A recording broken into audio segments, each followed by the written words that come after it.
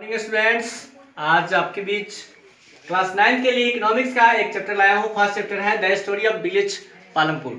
पालमपुर के माध्यम से हम पढ़ेंगे कि कैसे हम एग्रीकल्चर के क्षेत्र में या किसी भी एक्टिविटी में कैसे ग्रोथ करते हैं या कैसे प्रोडक्शन में वृद्धि किया जाता है। मुख्य रूप से प्रोडक्शन को ही लिया गया है।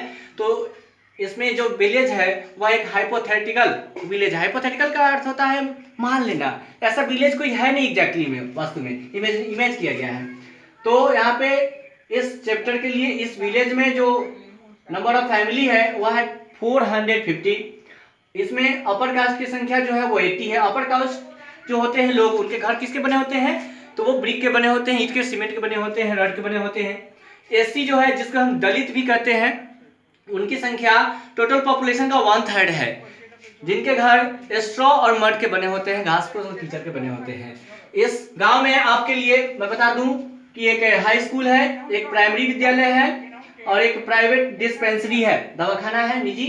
और जो प्रोडक्शन के लिए मुख्य उद्देश्य होता है ऑर्गेनाइजेशन, वो क्या है? The main of the production is to produce the goods and services that we want. जो हमारा उद्देश्य है, वह हमारा उद्देश्य क्या है? हमारा उद्देश्य है कि हम चीजों को, उत्पादन को बढ़ाएं, सर्विस को बढ़ाएं जो हमें चाहिए होता है। ये 4 चीजों पर डिपेंड करता है। पहला है लैंड, दूसरा है लेबर, तीसरा है फिजिकल कैपिटल और चौथा है ह्यूमन कैपिटल। लैंड जो फिक्स होता है, तो जो फिक्स है, मान लीजिए कि ये 1 हेक्टेयर का भूमि है, तो 1 हेक्टेयर में ही कैसे हम प्रोडक्शन को बढ़ाएं ताकि ज्यादा से ज्यादा हमारा प्रोडक्शन उत्पादन हो सके, तो इसके बारे में पढ़ेंगे।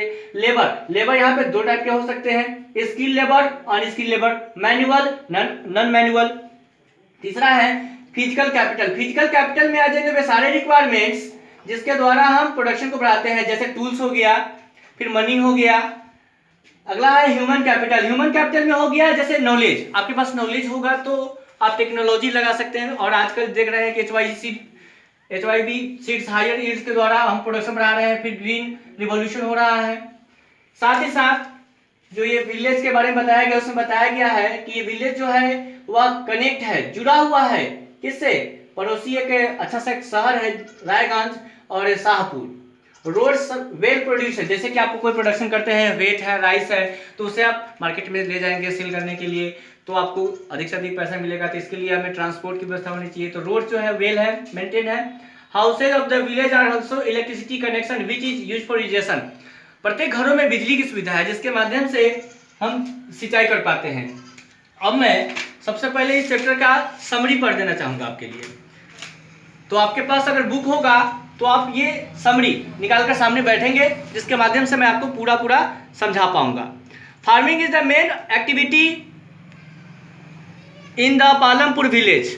यानी जो विलेज बताया गया है इस चैप्टर में, उसमें मुख्य व्यवसाय क्या है? तो कृषि है। Over years there have been many important changes in the method of farming.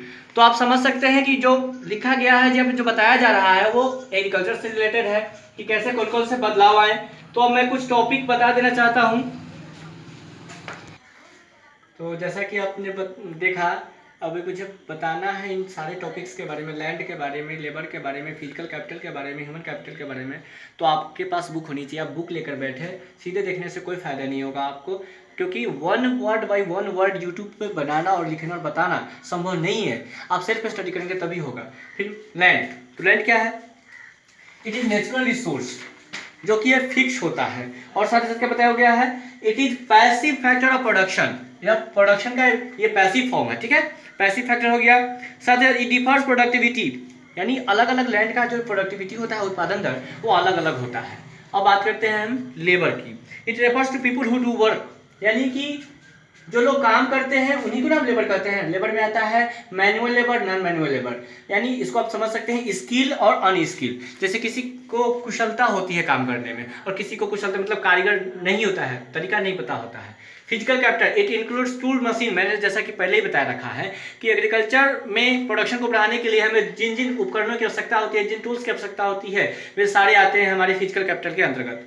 अगला है human capital. It is requirement to put land. इसमें हमें लैंड को रखने, यानी कि जरूरत को पूरा करने के लिए ह्यूमन कैपिटल में होते हैं, जैसे कि नॉलेज। आपके पास नॉलेज नहीं होगा तो आप 1 हेक्टेयर में जितना प्रोडक्शन कर रहे हैं वो उतना ही रह जाएगा। आप चाहिएगा तो 1 हेक्टेयर में ही 2 हेक्टेयर के समान प्रोडक्शन कर सकते हैं। तो साथ ही साथ अब इस चैप्टर में पढ़ रहे हैं तो एग्रीकल्चर से रिलेटेड चूंकि चैप्टर है तो टाइप्स ऑफ क्रॉप्स की बात करेंगे। तो खरीफ क्रॉप्स में आपके आ जाता है राइस, ज्वार, जो कि जून से शुरू होता है और सितंबर तक आपका एंड होता है। अगला है रबी क्रॉप्स।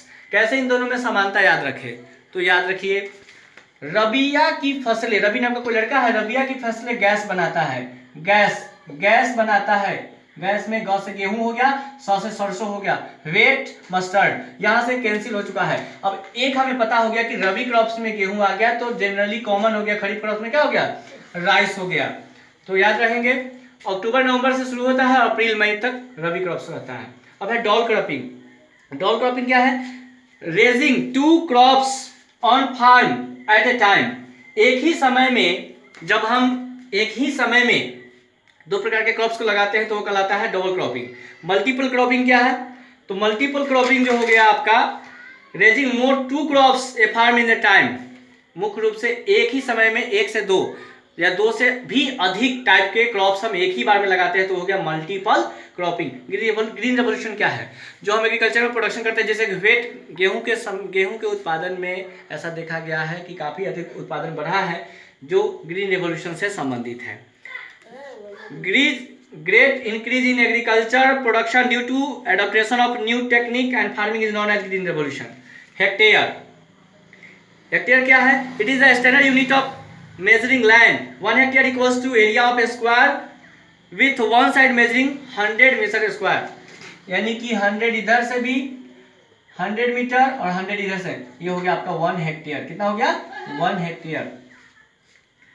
अगला है डेयरी, अर्थात जो चैप्टर दिया गया है विलेजपुर जो है पालमपुर, इसमें जो अदर एक्टिविटी है एग्रीकल्चर के अलावे, ऐसे तो मेन एक्टिविटी में एग्रीकल्चर है, अदर एक्टिविटी है जिसमें आपका डेयरी फार्म शामिल है, ट्रांसपोर्ट शामिल है, छोटे मोटे शॉप शामिल है। तो जैसे डेयरी पे देखिए, it is an activity in which people feed there buffaloes and various kinds of grass and jowar bajra that grow during the rainy season. They milk the cattle and sell in milk in the nearby village। यानी वे लोग buffalo को rainy season में घास खिलाते हैं या चारा खिलाते हैं और उससे दूध उत्पादन जो होता है उसे सेल करते हैं वो डेयरी के माध्यम से। इतना तो आप भी जानते हैं। ट्रांसपोर्ट है, ट्रांसपोर्ट के लिए मैंने बताया मूवमेंट ऑफ गुड्स, जैसे हमारा प्रोडक्शन हुआ तो हम कैसे एक ट्रांसफर, जब तक ट्रांसफर नहीं करेंगे मार्केट तक नहीं ले जाएंगे तो हमें फायदा नहीं होगा, लाभ नहीं होगा। अब मैं बात करता हूं समरी, जो इस चैप्टर में पढ़ना है, जो आपके लिए इंपॉर्टेंट हो सकता है। The new methods of farming need less but much more capital. The medium of large farmers can arrange capital for their on saving and production. Small farmers find it difficult to arrange the capital. जैसा कि बताया गया है कि बड़े किसानों के लिए यह आसान होता है कि वो कैपिटल को यानी पूंजी को उपलब्ध करवा पाते हैं, परंतु जो लोअर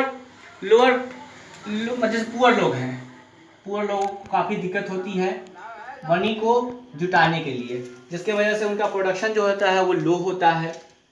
साथ ही साथ बताया गया सो दे हैव बोरो, जिसके वजह से वो लोग कर्ज भी लेते हैं। They have to do some addition work at such as, इसके वजह से वे लोग दूसरे के फील्ड में भी काम करने के लिए मजबूर हो जाते हैं। तो अगला बताया गया है labour is one of the most abundant factor of the production. It would be ideal for the new methods of farming used for more labour. Unfortunately it has not been used to needed. The use of labor is far limited, so laborers are migrating the neighboring villages, towns, cities and search of job. Labour ये भी important topic है। जैसे कि आप गांव में, ग्रामीण क्षेत्रों में, रूरल एरिया में अगर कोई वर्क नहीं मिलता है तो ये वर्क की तलाश में माइग्रेट कर जाते हैं, दूसरी जगह चले जाते हैं। जैसे कि ये आउट ऑफ अपने मतलब स्टेट से जा सकते हैं, विलेज से जा सकते हैं जॉब के तलाश में। अगला लिखा हुआ है non farm sector in the village not very large scale at present. यानी इस वर्तमान समय में जिस विलेज का एग्जाम्पल लिया गया है यहाँ पे नॉन फार्मिंग सेक्टर का एग्जाम्पल जो है वो बहुत ही निम्न है, बड़े पैमाने पर नहीं है। Only 24% of the all workers in rural area in India are engage in the non farm activities. भारत की बात किया गया है तो मात्र 24% लोग ही इंगेज हैं नॉन फार्मिंग एक्टिविटी में।